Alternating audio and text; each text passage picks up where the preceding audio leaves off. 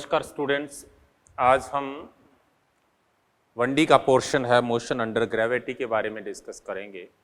Motion under gravity क्या है? देखिए, मोशन अंडर ग्रेविटी।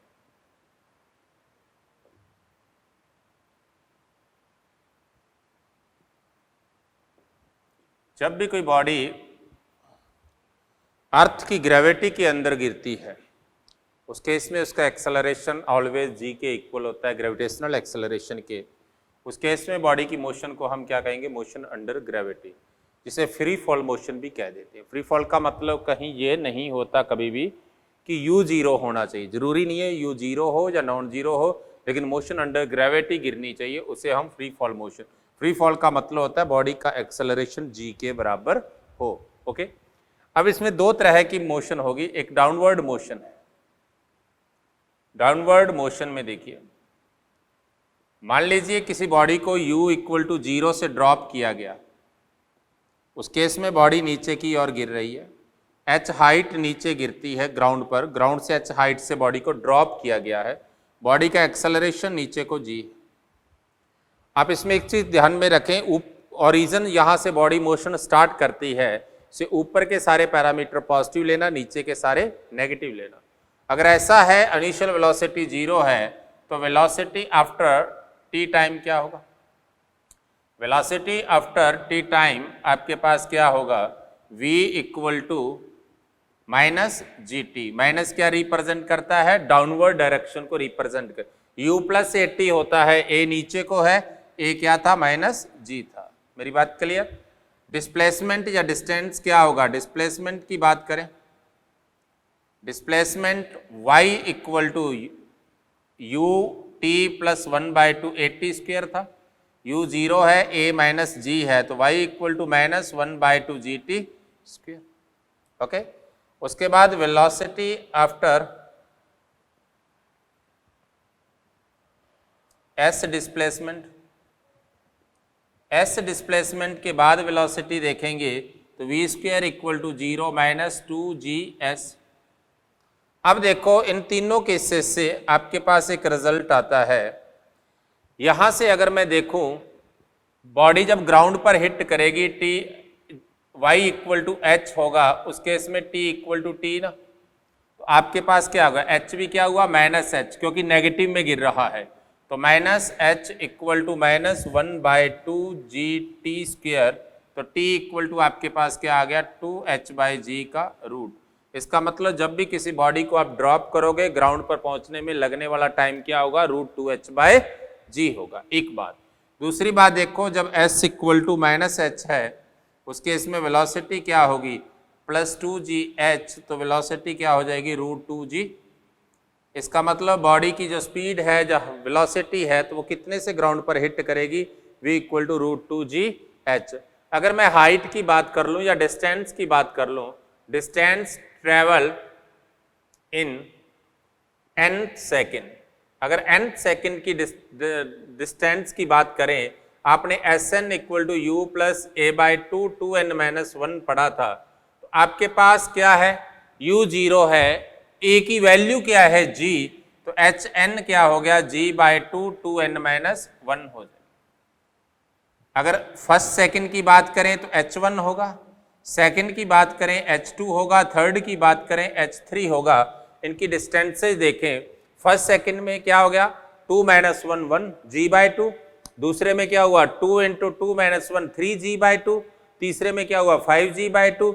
तो g/2 कॉमन आ रहा है, तो 1:3:5 हो जाएगा। याद करो, मैंने आपको बताया था पिछले लेक्चर में कि जब बॉडी रेस्ट से स्टार्ट होती है, तो सेम टाइम पीरियड में ट्रेवल डिस्टेंसेस का रेशियो क्या होता है? 1:3:5। वही यहां पर कहानी आ जाएगी। मेरी बात क्लियर? इसके बाद देखिए, यहां से इनके ग्राफ पूछ लेता है कई बार। ग्राफ काफी सिंपल है। वेलोसिटी टाइम का ग्राफ पूछेगा, तो आपको पता है velocity time graph, velocity negative है, तो इसका मतलब ग्राफ कुछ ऐसा होगा। अगर स्पीड का पूछता, तो स्पीड का क्या हो जाता? ये तो वेलोसिटी का है, स्पीड के लिए ग्राफ क्या हो जाएगा? कुछ ऐसा हो जाएगा। कोई कंफ्यूजन? नेक्स्ट देखिए, अगर हमारे से डिस्प्लेसमेंट का ग्राफ पूछ लेता है, तो डिस्प्लेसमेंट के लिए ग्राफ क्या होगा, कुछ ऐसा ग्राफ हो जाएगा। ये t है, ये y है, तो नेगेटिव में था, कुछ ऐसा ग्राफ हो जाएगा। Okay, y equal to -1/2 GT²। Okay, अब इस क्वेश्चन, इसमें जब क्वेश्चंस पूछेगा, जब ग्राउंड पर हिट करते हैं स्पीड क्या होगी, √2gh होगी। ओके, तो जब इसमें क्वेश्चंस पूछेगा तो दो बातें बहुत इंपॉर्टेंट है। एक तो हाइट ट्रेवल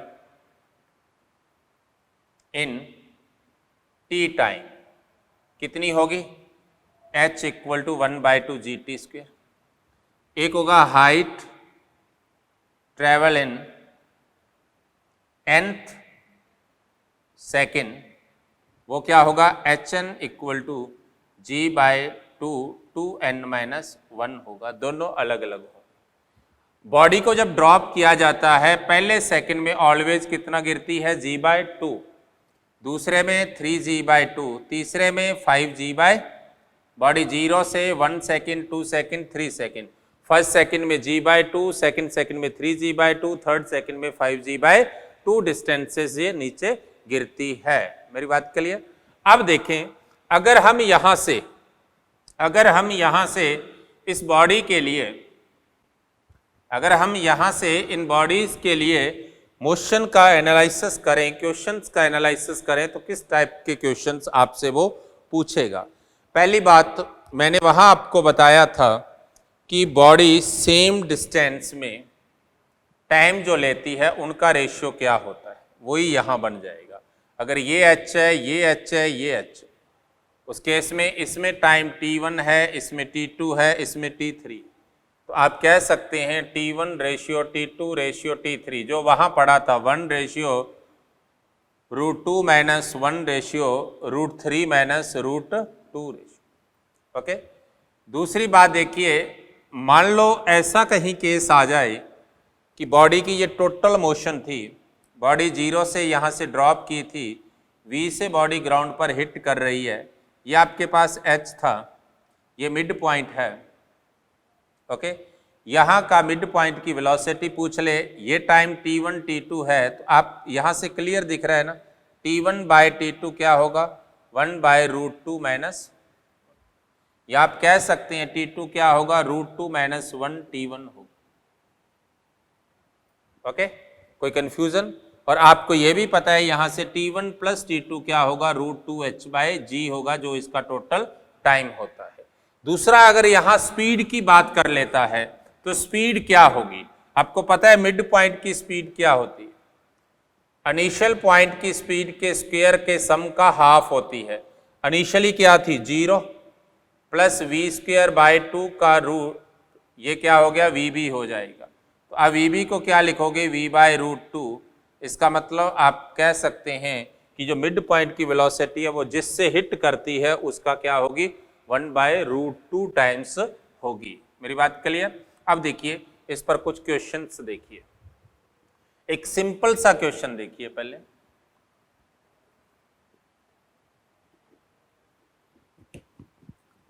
हाँ भाई, एक सिंपल सा क्वेश्चन देखिए, आपसे कई बार क्वेश्चन पूछता है वो कि एक टैप है, कोई टैप जिससे रेगुलर इंटरवल के साथ कुछ ड्रॉप्स गिर रही है। ओके, आपसे पूछ लेता है कि find the position of second drop, third drop, fourth drop. Okay, मतलब वो कह रहा है कि from a tap water drops are falling after a regular time interval if the height of a tap is 5 meter from ground। ये कोई tap है, यहां से 5 मीटर हाइट पर है ग्राउंड से, यहां से रेगुलर इंटरवल के बाद ड्रॉप्स गिर रहे। ओके, अब उसने क्वेश्चन दे दिया आपको, क्वेश्चन लिख लो लिखना चाहते हो तो, कि from a tap which is at 5 metre high from ground, drops, water drops are falling after a regular time interval। okay, when first drop hit the ground, then fourth drop leave the tap। जब first drop ground को hit करेगी उस case में fourth drop क्या करेगी, उसको छोड़ देगी टैप को। Then find the height of second drop and third drop from ground. तो आपको सेकंड और थर्ड की हाइट पता करनी है। क्लियर? अब ऐसे क्वेश्चन के लिए देखो, क्वेश्चन के अंदर उसने एक पॉइंट क्लियर कर दिया है कि सेम टाइम इंटरवल। इसका मतलब जितना टाइम इंटरवल यहां है उतने यहां है, उतने ही यहां है। टॉप से हम क्या देखते हैं, टॉप से मोशन स्टार्ट हो रही है, सेम इंटरवल में जो डिस्टेंसेज है उनका रेशियो क्या होगा, 1:3:5।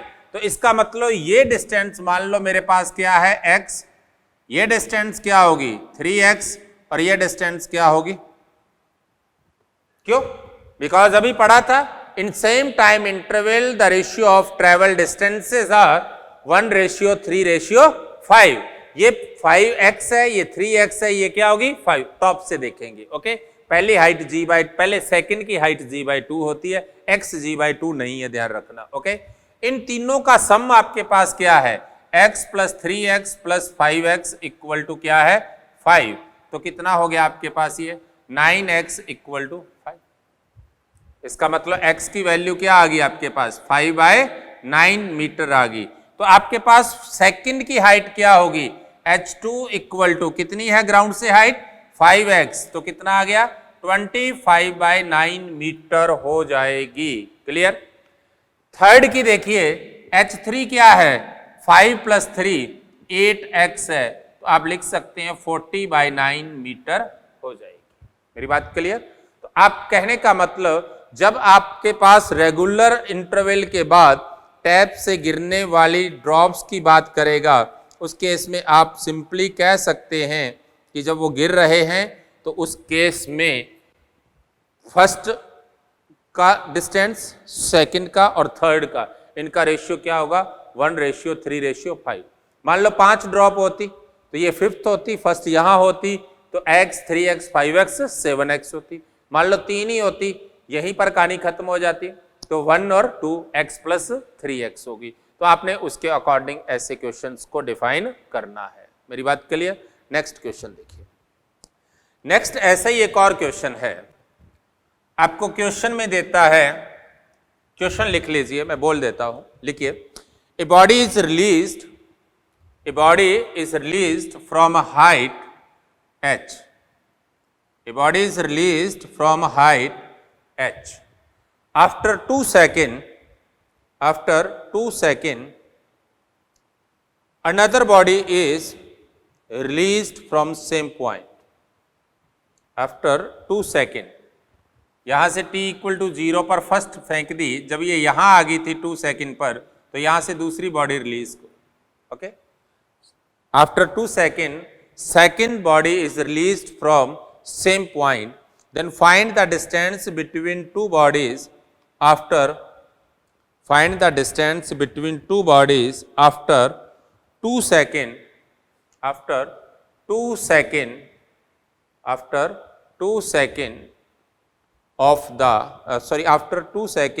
the release of the second body. Okay, second body के रिलीज किए जाने के 2 सेकंड बाद, मतलब बी बॉडी का टाइम कितना है 2 सेकंड, और ए बॉडी जो ऑलरेडी उससे 2 सेकंड पहले ड्रॉप की थी उसका टाइम कितना हो गया।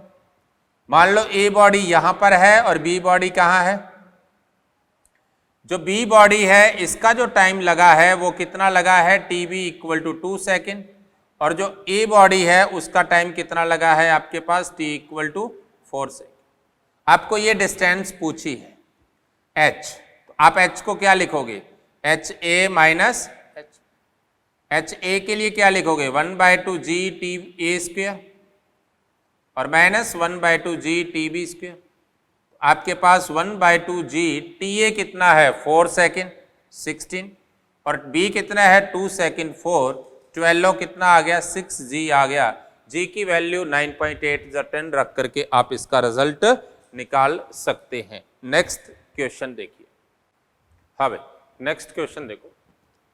ये क्वेश्चन आपके पास से body is dropped from h height is travel 7/16 h in last second, then find the h and time taken by the body to hit the ground.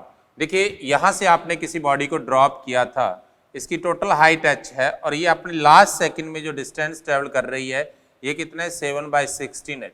ये लास्ट 1 सेकंड है, इसका मतलब इसका टोटल टाइम 1 सेकंड से ज्यादा होगा। अब देखिए मान लो ये t टाइम में यहाँ n सेकंड में यहाँ पहुंचती है, तो आप इस h को क्या लिखोगे 1/2 g(n)² लिखोगे ना।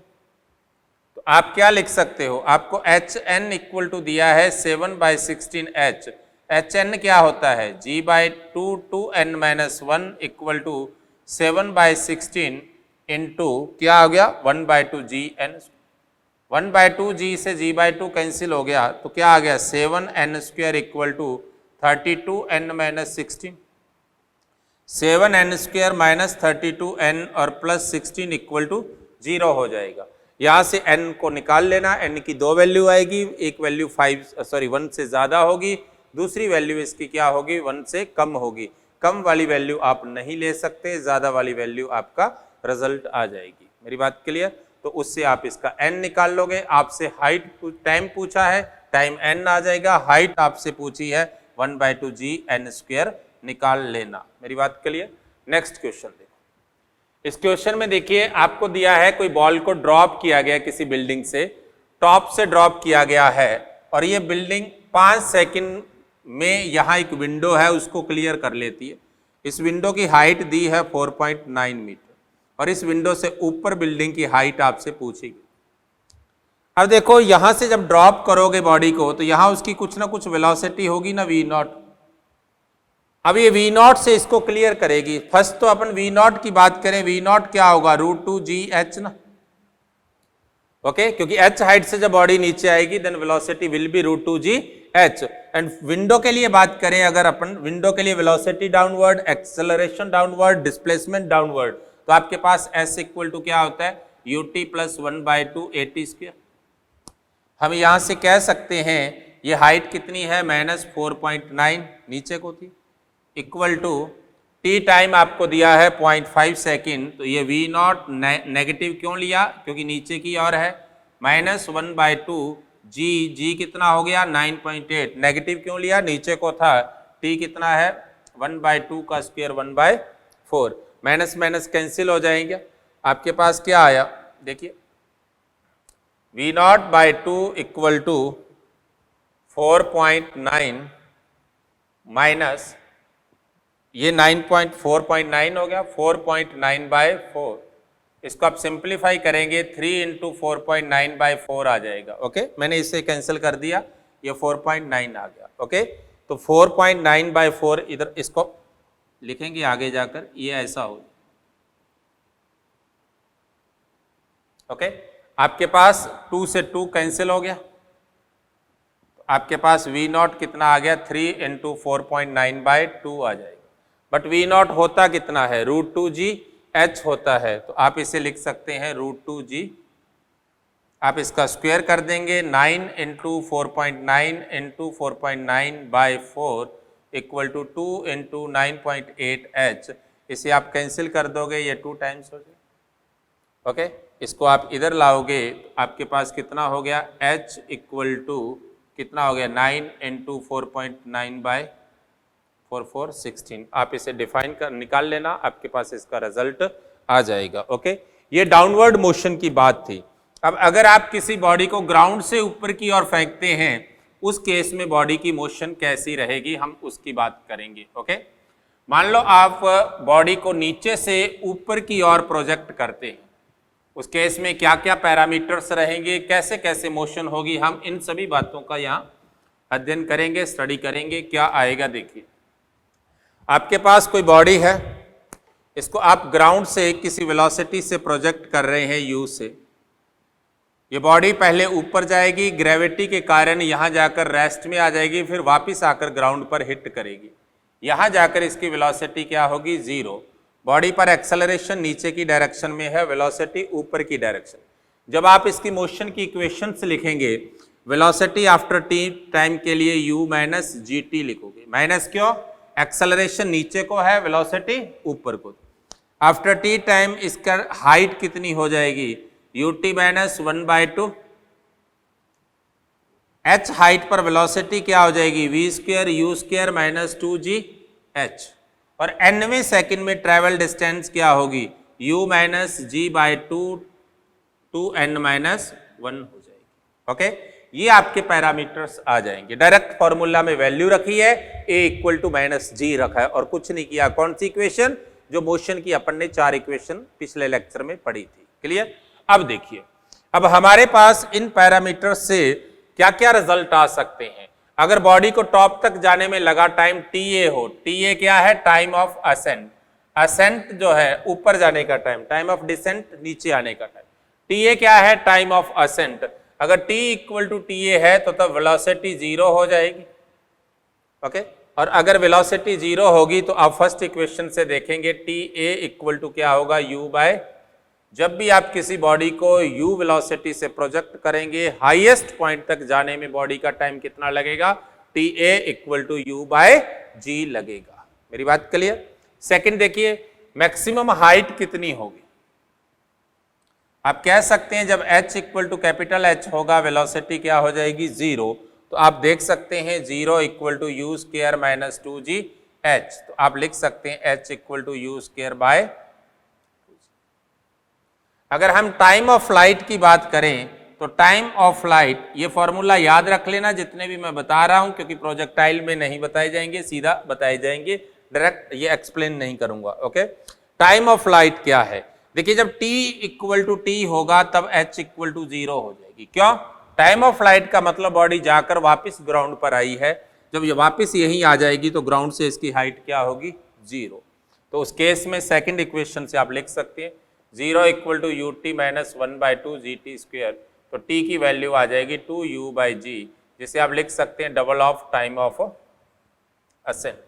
अब देखिए यहाँ पर एक क्वेश्चन और आ जाता है कि टाइम ऑफ डिसेंट कितना होगा। देखिए t को आप क्या लिखते हैं, time of ascent plus descent, जो बराबर है double of time of ascent. इसका मतलब असेंट और डिसेंट क्या होते हैं, जितना टाइम बॉडी को ऊपर जाने में लगता है उतना ही टाइम बॉडी को नीचे आने में लगता है। इस बात को आप दिमाग में बिठा लीजिए। मेरी बात के लिए अब देखिए, इससे रिलेटेड और काफी पैरामीटर, कुछ रिजल्ट्स और आ जाते हैं। जैसे फॉर एग्जांपल किसी ने कहा आपने बॉडी को परपेंडिकुलर बॉडी को आपने ऊपर को प्रोजेक्ट किया, किसी time t equal to T1 और t इक्वल टू T2 पर बॉडी की हाइट क्या है, ग्राउंड से h। इस केस में इनके रिलेशन की बात कर ली उसने, राइट, उसकी हाइट या कुछ और भी, वेलोसिटी क्या है, टाइम पीरियड की, टाइम ऑफ फ्लाइट क्या होगा, इनकी बात कर सकते हैं, या h की वैल्यू क्या होगी। आपको क्लियर दिख रहा है कि एक ही हाइट पर 2 वैल्यू है टाइम की। अगर मैं डायरेक्ट इक्वेशन को लिखूं इसको, तो इस इक्वेशन को हम लिख सकते हैं ना, क्या लिख सकते हैं, जी टी स्क्वेयर, 2 को उधर लेके माइनस 2ut, 2 से मल्टीपल किया, प्लस 2h इक्वल टू 0 होता है। यहां से जो रिजल्ट आएगा उसे याद कर लेना, ये क्वेश्चन भी बन जाता है अपने आप में। तो t की वैल्यू क्या होगी, minus 2u plus minus root 4u square minus 8gh by 2g। इसको आप लिख सकते हैं t equal to u by g, divide कर दिया, plus minus root u by g का स्क्वायर माइनस 2h बाय। कोई कंफ्यूजन, टाइम की 2 वैल्यू हो गई, कम वाली एक ज्यादा वाली। कम वाली कौन सी होगी, बॉडी यहीं पहुंची है, ऊपर को जा रही थी, और ज्यादा वाली घूम करके बॉडी यहां आई है। T1 क्या है, यहां से यहां जाने का टाइम, T2 क्या है, यहां से यहां आने का टाइम। मेरी बात क्लियर। वेलोसिटी यहां ऊपर को v1 है, यहां क्या है v2। आप कह सकते हैं कि T1 आपके पास है u by g minus root u square by g square minus 2h by, और T2 क्या है आपके पास, T2 है u by g plus root u square by g square minus 2h by. अगर हम इन दोनों टाइम को ऐड कर देते हैं, देखिए ऐड करते ही ये माइनस प्लस कट जाएंगे, तो आप लिख सकते हैं T1 plus T2 equal to 2u by g, जो किसके बराबर होता है, टाइम ऑफ फ्लाइट। आपको ऐसा क्वेश्चन दे दे कि a body is projected upward after 2 seconds and 8 seconds of projection, body at a same height from ground, then find the time of flight, तो 2 plus 8 equal to 10 second। Then find the velocity of projection, तो आप कह सकते हैं 2u/g equal to 10, तो u equal to क्या हो गया 10g/2 मतलब 5g। मेरी बात क्लियर? उसके बाद आपसे हाइट पूछ सकता है, ये हाइट क्या होगी। अगर मैं हाइट की बात करूं यहां से, तो हाइट के लिए मेरे पास क्या आएगा, इन दोनों का प्रोडक्ट कर लेता हूं, तो t1 t2 क्या आ गया a minus b a plus b, a का स्क्वायर क्या आ गया u square by g square minus b का स्क्वायर इस पूरे का, तो क्या हो गया minus u square by g square minus 2h by g. जब माइनस माइनस से ये कट जाएगा, इधर प्लस आ जाएगा, t1 t2 equal to 2h by जी, तो h इक्वल टू क्या हो गया g t1 t2 बाय 2, तो ग्राउंड से उस पॉइंट की हाइट क्या हो जाएगी 1/2 g t1 t2 bye g t1 t2 by 2 हो जाएगी। आपने इसे याद रखना है। मेरी बात क्लियर? दोबारा फिर देखिए कि जब आप किसी बॉडी को प्रोजेक्ट करते हैं, अगर after t1 and t2 time body at a same height from ground, then this height will be h equal to g t1 t2 by 2। Okay, और दूसरी बात, इस केस में आप कह सकते हैं टाइम ऑफ फ्लाइट क्या होगा t1 plus t2 equal to t हो जाएगा। कोई कंफ्यूजन? एक चीज और देखिए, इसमें u निकालना होता निकल जाता g t1 t2 बाय 2, अगर इसमें h निकालना होता, h कौन सा ये वाला, आपको पता है ना कि h इक्वल टू क्या होता है u स्क्वायर बाय 2 जी, और आपको ये भी पता है t इक्वल टू क्या होता है 2u बाय जी, तो आप इस वैल्यू को रखोगे 2g into G T bye 2 का स्क्वायर, तो h इक्वल टू हो जाएगा g स्क्वायर से g कट गया, जी टी स्क्वायर बाय कितना आ जाएगा 8 आ जाएगा। तो आप t की वैल्यू t1 प्लस t2 रखते हुए हाइट की वैल्यू भी निकाल सकते हो। कोई कंफ्यूजन? नेक्स्ट देखिए, v1 और v2 की बात कर रहा है, आपको वैसे ही पता होना चाहिए क्योंकि v equal to u square minus 2gh root plus minus होता है, इसका मतलब इनका मैग्नीट्यूड दोनों का बराबर होगा लेकिन डायरेक्शन उल्टी होगी और कुछ नहीं होगा। मेरी बात क्लियर? तो एक ये क्वेश्चन आ जाता है। दूसरी बात देखिए, जब भी आप किसी बॉडी को ऊपर को प्रोजेक्ट करते हैं, आपसे पूछ लेता है कि प्रोजेक्शन करने के बाद अपवर्ड लास्ट सेकंड में बॉडी कितनी डिस्टेंस ट्रेवल करती है। आपको पता है डाउनवर्ड में बॉडी पहले सेकंड में g/2 चलती है, पिछले केस में पढ़ा।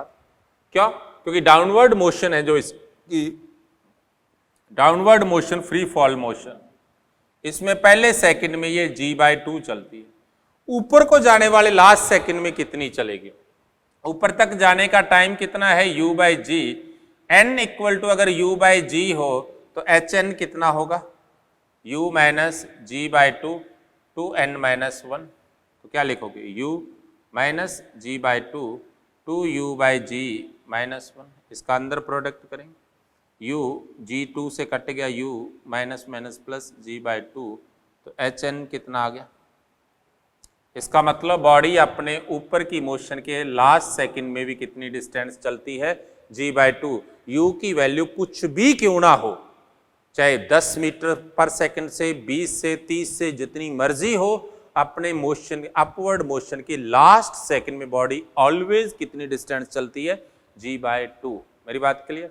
अब यहां से एक और कंसेप्ट आ जाता है, मैं एग्जांपल लेकर कंसेप्ट बताता हूं आपको, डाटा लेकर के। मान लो अपने को कोई कह देता है कि बॉडी का टाइम ऑफ फ्लाइट कितना है 10 सेकंड, क्लियर है ना कि 5 सेकंड में ऊपर जाएगी और 5 में नीचे आएगी। अब देखो ये बॉडी ऐसे जाएगी, ये आपको पता है ना t इक्वल टू 5 सेकेंड, ये पता है ना t इक्वल टू 0 से फेंका था, और ये पता है t इक्वल टू कितना है 10। इस मोशन का अपवर्ड का लास्ट सेकंड कौन सा होगा? ये होगा ना, जिसे हम क्या कहेंगे 5th सेकंड कहेंगे। उससे पहले वाला क्या होगा 4th सेकंड, उससे पहले वाला क्या होगा 3rd, और उससे पहले वाला 2nd, और उससे पहले वाला अपवर्ड मोशन के टाइम है। ओके, डाउनवर्ड में पहला सेकंड जो मोशन का क्या होगा 6th, सेकंड मोशन का क्या होगा 7th, थर्ड मोशन का क्या होगा 8th, और ये क्या होगा 9th, और ये क्या होगा 10th। अब ये याद रखना ऑलवेज ये डिस्टेंस सेम होती है, राइट। ये कितनी होगी g/2, ये कितनी हुई 3g/2, ये पता है ना 1:3:5, ये कितनी होगी 5g/2, ये कितनी होगी 7g/2 और ये कितनी होगी 9g/। ओके, अब देखिए इनका सम देखें, 5 + 6 कितना हो गया 11।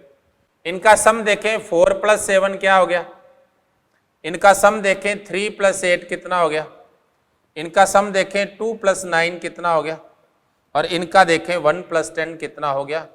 और आपका टाइम ऑफ फ्लाइट कितना है 10। Body travel same distance in 5th and 6th second, the sum of both time is 11. Body travel distance in 4th and 7th second, the sum of both is 11. Body travel same distance in 2nd and 9th, the sum of both is 11. It means if body travel same distances in n1th and n2th time, then the time of flight will be n1 plus n2 minus 1. मेरी बात clear? क्या concept आया आपके पास? आप क्या याद कर सकते हो? आप याद रख सकते हो, if body travel same distances in n1th and n2th second, then time of flight will be n1 plus n2 minus 1 होगी। मेरी बात क्लियर? उस केस में टाइम ऑफ फ्लाइट क्या हो जाएगी n1 plus n2 minus 1 होगी। ओके, इसे भी आप अपने माइंड में रखेंगे।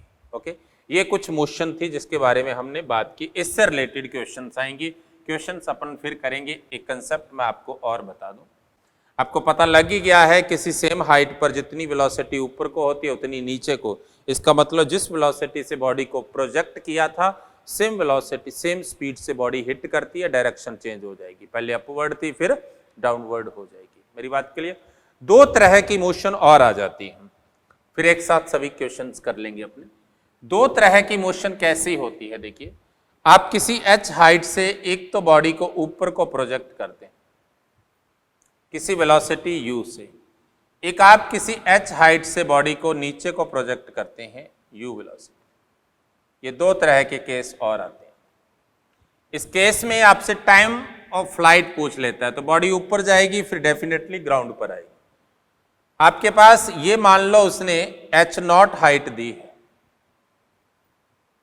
यहां से बॉडी की मोशन स्टार्ट हुई, ये उसकी मैक्सिमम हाइट h है जिसे हम लिखते हैं u²/2g। तो इसकी ग्राउंड से हाइट क्या हो जाएगी, ग्राउंड से मैक्सिमम हाइट हो जाएगी h + h0। ओके, आप लिख सकते हैं h0 + u²। कोई कंफ्यूजन? आपसे टाइम पूछेगा तो आपने डायरेक्ट इक्वेशन लगा देनी है, s = ut + 1/2 at²। बॉडी यहां से यहां आएगी, डिस्प्लेसमेंट क्या होगा -h0। प्रोजेक्ट ऊपर को की है +ut, एक्सेलरेशन नीचे को है gt²। आपके पास इक्वेशन बन जाएगी gt² - 2ut - 2h0 = 0। इस इक्वेशन का सॉल्यूशन निकाल लेना, वो बॉडी का टाइम हो जाएगा, टाइम ऑफ फ्लाइट हो जाएगा। मेरी बात क्लियर?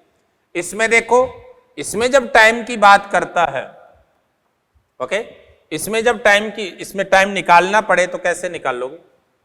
इसका टाइम निकाल लो, t = 2u ± रूट, माइनस आ नहीं सकता क्योंकि आगे प्लस हो जाएगा, 4u²। इनका सम कितना हो गया 8gh0/2g। माइनस क्यों नहीं आ सकता? क्योंकि ये 2u से बड़ा है, टाइम नेगेटिव नहीं हो सकता। मेरी बात क्लियर? अब देखिए सेकंड केस। सेकंड केस, जब बॉडी को h हाइट से प्रोजेक्ट किया गया नीचे को u वेलोसिटी से, सेम हाइट h0 से, उस केस में इसकी इक्वेशन क्या बनेगी? s क्या है -h0 क्योंकि डाउनवर्ड, स्पीड क्या है नीचे को है वेलोसिटी -ut, एक्सेलरेशन माइनस क्योंकि सब कुछ क्या है नीचे को, ओरिजिन इसको लिया, ओरिजिन से नीचे की सब वैल्यू आपको क्या लेनी है? नेगेटिव लेनी है। ओके, इक्वेशन क्या बनेगी? gt² + 2ut और -h0।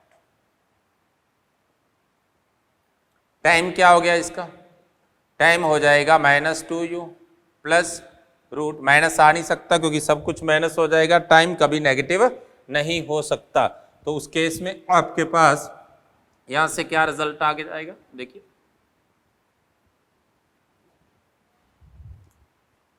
4u² plus 8gh0/2g। मेरी बात के लिए ये आपके पास दूसरा टाइम आ गया। मान लो ये टाइम t1 था, ये टाइम क्या है t2। ये देखिए a प्लस बी है, ये माइनस a प्लस बी है। तो अगर मैं इनका प्रोडक्ट कर देता हूं तो t1 t2 क्या हो जाएगा मेरे पास, ये -4u², ये क्या हो गया प्लस 4u² प्लस 8gh0/4g²। ये कैंसिल हो जाएगा, g से g कैंसिल हुआ, 4 से तो 2h0/g हो। अगर हम यहां से किसी बॉडी को ड्रॉप कर देते और वो ग्राउंड पर अगर t टाइम में आ रही है तो उसका टाइम क्या होता, t = √2h0/g होता ना। और √2h0/g को क्या लिखेंगे, t1 t2। इसका मतलब t1 t2 का क्या हो जाएगा, रूट हो जाएगा। तो एक नया कंसेप्ट आ गया है, अगर h हाइट से एक बॉडी को ऊपर प्रोजेक्ट करें, एक को नीचे प्रोजेक्ट करें और एक को ड्रॉप करें, तो उस केस में टाइम जो होगा अपवर्ड और डाउनवर्ड के प्रोडक्ट का रूट क्या होगा, t होगा। कहने का मतलब t1 t एंड t2 क्या होगा, ज्योमेट्रिकल सीरीज में होंगे। ज्योमेट्रिकल सीरीज में होंगे तो जो t1 और t का रेशियो है वही t2 और जो t और t1 का रेशियो है वही किसका होगा, वही आपके पास t2 और t का हो जाएगा। मेरी बात क्लियर, t इसका ज्योमेट्रिकल मीन होगा। सबसे ज्यादा टाइम कौन सा होगा, t1 होगा, उससे कम कौन सा होगा, t, और सबसे कम कौन सा होगा, t2। ऊपर को प्रोजेक्ट की गई बॉडी का सबसे ज्यादा, नीचे को प्रोजेक्ट की गई का सबसे कम, और ड्रॉप की गई का दोनों के बीच में रहेगा। मेरी बात क्लियर, रिलेशन क्या होगा तीनों में, t = क्या लिख सकते हैं, t = t1 t2 का रूट। कहते हैं मान लो एक बॉडी को किसी वेलोसिटी से ऊपर को प्रोजेक्ट किया, उसी पॉइंट से दूसरी को सेम वेलोसिटी स्पीड से नीचे को प्रोजेक्ट किया। एक बॉडी 8 सेकंड में पहुंच रही है, दूसरी बॉडी मान लीजिए एक बॉडी 4 सेकंड में पहुंच रही है, दूसरी 9 में पहुंच रही है। तो अगर वहां से किसी को ड्रॉप करें तो वो कितने टाइम में पहुंचेगी, जब वो हाइट कितनी होगी, यहां से वो इस मोशन को फेंका गया तो ड्रॉप करेंगे तो उसका टाइम √t1 t2 होगा, 4 × 9 का रूट मतलब 6 सेकंड हो जाएगा। और उस केस में उसकी हाइट क्या होगी, 1/2gt² हो जाएगी। मेरी बात क्लियर, एक कंसेप्ट तो आपके पास ये रहा। ओके, इसके बाद एक चीज और देखिए, इसमें इसी में अगर वेलोसिटी पूछ लेता तो वेलोसिटी क्या होगा, देखिए कोई सा भी होता दोनों में से, v² = क्या होता है, u² + 2as होता है ना। तो v² = एक का प्लस था दूसरे का माइनस था, उसका स्क्वायर करेंगे। एक्सेलरेशन -g था, हाइट दोनों में -h0 थी, तो v = क्या होगा, √u² + 2gh। ओके, कोई कंफ्यूजन, ये आपके पास क्या हो जाएगी, इस मोशन के लिए इक्वेशंस हो जाएगी। अब इस मोशन के लिए आपसे ग्राफ्स और पूछ लेता है कई बार कि ग्राफ्स कैसे कैसे होंगे, वेलोसिटी टाइम का ग्राफ क्या होगा, स्पीड टाइम का ग्राफ क्या होगा। मैं आपको सब ग्राफ्स के बारे में एक बार बता देता हूं, राइट। देखिए पहला ग्राफ किसका है, वेलोसिटी और टाइम का ग्राफ। देखिए वेलोसिटी टाइम ग्राफ, एक body projected upward from ground, then draw the velocity time graph.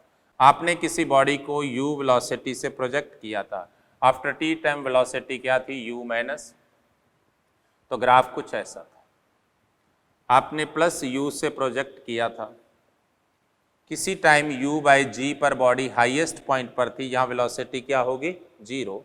उसके बाद उतने ही टाइम बाद मतलब 2u/g बाद बॉडी ग्राउंड से आकर हिट होती है उसी वेलोसिटी से और उसी स्पीड से जिससे आपने फेंका था, लेकिन डायरेक्शन अपोजिट थी। मेरी बात के लिए इसी में अगर स्पीड टाइम ग्राफ की बात करता है, स्पीड टाइम के लिए आप कह सकते हो वो नेगेटिव नहीं होती स्पीड, तो इसका मतलब पहले स्पीड उसकी डिक्रीज होकर 0 हुई, फिर वापस इंक्रीज होकर के उतनी ही होगी जितनी पहले थी। आपने u से फेंका था, u/g टाइम बाद ये 0 हुई थी और 2u/g बाद वे वापस उतनी ही हो गई थी। अगर हाइट और टाइम का पूछता, हाइट और टाइम का, आपने हाइट का पढ़ा था h equal to u t minus 1/2, देखिए जी टी स्क्वेयर, इसको भूल जाओ। y equal to minus x square का कर्व ऐसा होता है, ऐसा होता है, लेकिन ये कर्व t इक्वल टू 0 पर 0 है और h की वैल्यू एक बार और 0 हो रही है, तो इसका मतलब इसका कर्व कुछ ऐसा बन जाएगा, राइट। यहां पर आपको पता है ये u बाय जी टाइम पर इसकी हाइट मैक्सिमम होगी, और ये मैक्सिमम हाइट आपने पढ़ा था कितनी थी, u स्क्वायर बाय 2g। कोई कंफ्यूजन? और अगर मैं यहां बात करूं तो 2u बाई जी पर इसकी हाइट क्या हो जाएगी, 0, बॉडी वापस आकर कहां हिट करेगी, ग्राउंड पर करेगी, ओके। उसके बाद देखिए अगर वेलोसिटी की बात करें हाइट के साथ, तो आपने वेलोसिटी हाइट का ग्राफ पढ़ा है। वेलोसिटी हाइट के ग्राफ के लिए क्या होगा, आपको पता है v स्क्वायर इक्वल टू क्या होता है, u square minus 2g h, ऐसा कुछ है, ओके। x की जगह है, आपने पढ़ा था y equal to y square equal to minus x का, तो आपने पढ़ा था कुछ ऐसा ग्राफ आया था ओरिजिन से जाते हुए, पैराबोला पढ़ा था। ये भी ऐसा ही है, लेकिन इस u की वजह से ये शिफ्ट हो जाएगा इधर, तो इसका ग्राफ क्या होगा, ये हाइट h थी, कुछ ऐसे शिफ्ट हो, आपको पता है ये इनिशियली प्लस u था। अब देखो यहां से बॉडी चली, हाइट बढ़ने लगी, जैसे ही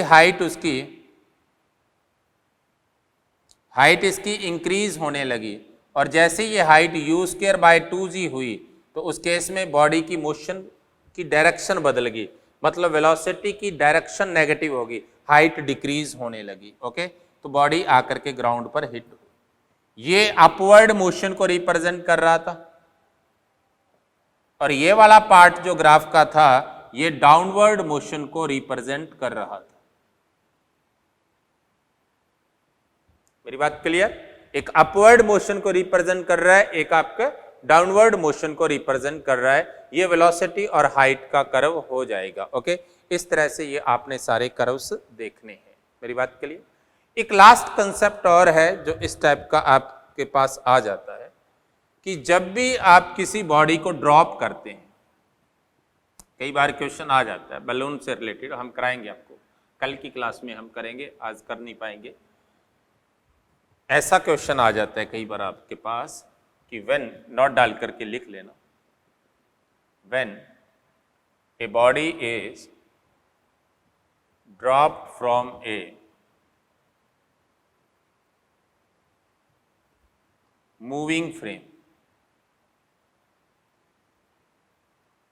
then the initial velocity of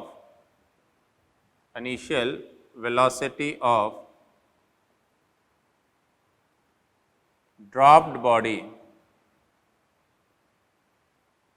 is equal in both magnitude and direction, is equal to velocity of frame at that instant। उस इंस्टेंट पर जो फ्रेम की वेलोसिटी है वही उस ड्रॉप्ड बॉडी की होगी, in both magnitude and direction. मतलब मैग्नीट्यूड भी उसका वही होगा जो फ्रेम का था, और डायरेक्शन भी उसकी वही होगी जो उस टाइम किसकी थी, फ्रेम की थी। मेरी बात क्लियर? जैसे फॉर एग्जांपल आपको कोई कह देता है कि ये कोई फ्रेम है, ये v नॉट वेलोसिटी से ऊपर जा रहा है, आपने किसी बॉडी को ड्रॉप किया तो इसकी वेलोसिटी भी उस इंस्टेंट पर क्या होगी, v नॉट होगी। और एक्सेलरेशन क्या होगा, and acceleration of body will be g और डाउनवर्ड, और उस केस में उस बॉडी का एक्सेलरेशन क्या होगा, g होगा, और होगा किधर, वो डाउनवर्ड। मेरी बात क्लियर? मान लो कोई फ्रेम है, ये फ्रेम किसी टाइम v नॉट वेलोसिटी से नीचे को जा रहा था, a इसका एक्सेलरेशन था। मान लो आपने किसी बॉडी को ड्रॉप किया तो उसकी वेलोसिटी v नॉट होगी, लेकिन एक्सेलरेशन a नहीं होगा, क्या होगा उसका, g होगा। एक्सेलरेशन ऑलवेज क्या होगा, ग्रेविटी के बराबर होगा, लेकिन वेलोसिटी उसकी वही होगी जो उस फ्रेम की थी। एक आपने इस कंसेप्ट को भी अपने माइंड में रखना है, ओके। नेक्स्ट देखिए। हाँ तो अब ये क्वेश्चन देखिए, एक इसी से रिलेटेड, दोनों के कंबाइंड मोशन की बात की है मैंने इसमें। अब हम इनके क्वेश्चंस करेंगे। ओके, हमारे ये इतने पॉइंट्स थे, इनको आपने लर्न कर लेना है, इनको पूरी तरह से याद रखना है आपको। ओके, अब क्वेश्चन देखिए जिसमें दोनों कंसेप्ट अप्लाई किए। क्या है? From the foot of a tower 90 metre high, a stone is throw up so as to reach the top of the tower. 2 seconds later, another stone is dropped from the top of the tower when and where two stones meet. देखिए यहां से आप किसी stone को ऊपर को project करते हैं, वो कह रहा है कि वो 90 मीटर तक जा पाए। 90 मीटर हाई है तो 90 मीटर तक जाएगा, इसका मतलब h इक्वल टू क्या होता है, u स्क्वायर बाय 2g। तो इसका मतलब u क्या है आपके पास, √2gh से आपने उसे प्रोजेक्ट किया।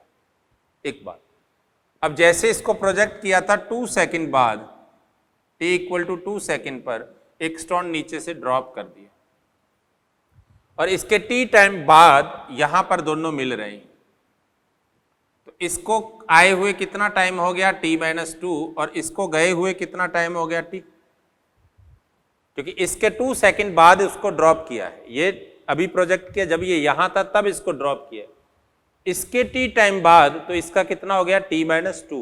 ओके, तो उस केस में आपके पास आप लिख सकते हो h इक्वल टू क्या होगा, h1 प्लस h2। तो इसके लिए h क्या है आपके पास, यहां से आप √2gh से रिजल्ट निकाल सकते हैं। u इक्वल टू 2 इंटू जी कितना है, 9.8 इंटू 90। आप इसको हटाएंगे, ये 10 आएगा, ये कैंसिल हो गया, ये 196 का कितना आ गया, 14, और ये कितना आ गया, 342 मीटर पर सेकंड आ जाएगा। ओके, कोई कंफ्यूजन? नेक्स्ट देखिए, आपको उसने दिया h1 plus h2 equal to 90, ये कितना है, 90। अब डिस्टेंस पता करनी है, साइन का छोड़ देना। ये h1 है, h1 को आप क्या लिखोगे, ut माइनस 1/2 gt स्क्वायर, और ये कितना था आपके पास, 1/2 gt-2 का स्क्वायर। ओके, आपके पास ये क्या आ गया, ut माइनस 1/2 gt स्क्वायर, और इसको आप ऐसे लिख सकते हो 1/2 g t-2 का स्क्वायर और minus t square. a minus b, a square minus b square, आपके पास क्या आ गया, ut plus 1/2 g a plus b और a minus b, a plus b करेंगे 2t-2 और a माइनस बी करेंगे तो आपके पास क्या आ गया, यहाँ से -2 आ जाए, a माइनस बी तो -2। मेरी बात क्लियर? ओके, अब देखिए ये आपके पास कैंसिल हो गया, आपके पास क्या आ गया, ut minus g into 2t-2, ये आपके पास 90 के बराबर है। g आपके पास 9.8 होता है, u आपको पता है, तो 90 इक्वल टू ये कितना हो गया, 42t sorry, minus 9.8 19.6t, minus minus plus 19.6, इसको इधर ले आना, t की वैल्यू आ जाएगी। ओके, t की वैल्यू आ जाएगी, ये हाइट पता लग जाएगी, इससे आप इसको भी निकाल लेना, इसे सिंप्लीफाई कर लेना। ओके, थैंक यू दोस्तों, ये हमारा मोशन अंडर ग्रेविटी थी। कल अपन इसके क्वेश्चंस करेंगे इसी टाइप के। Okay, thank you.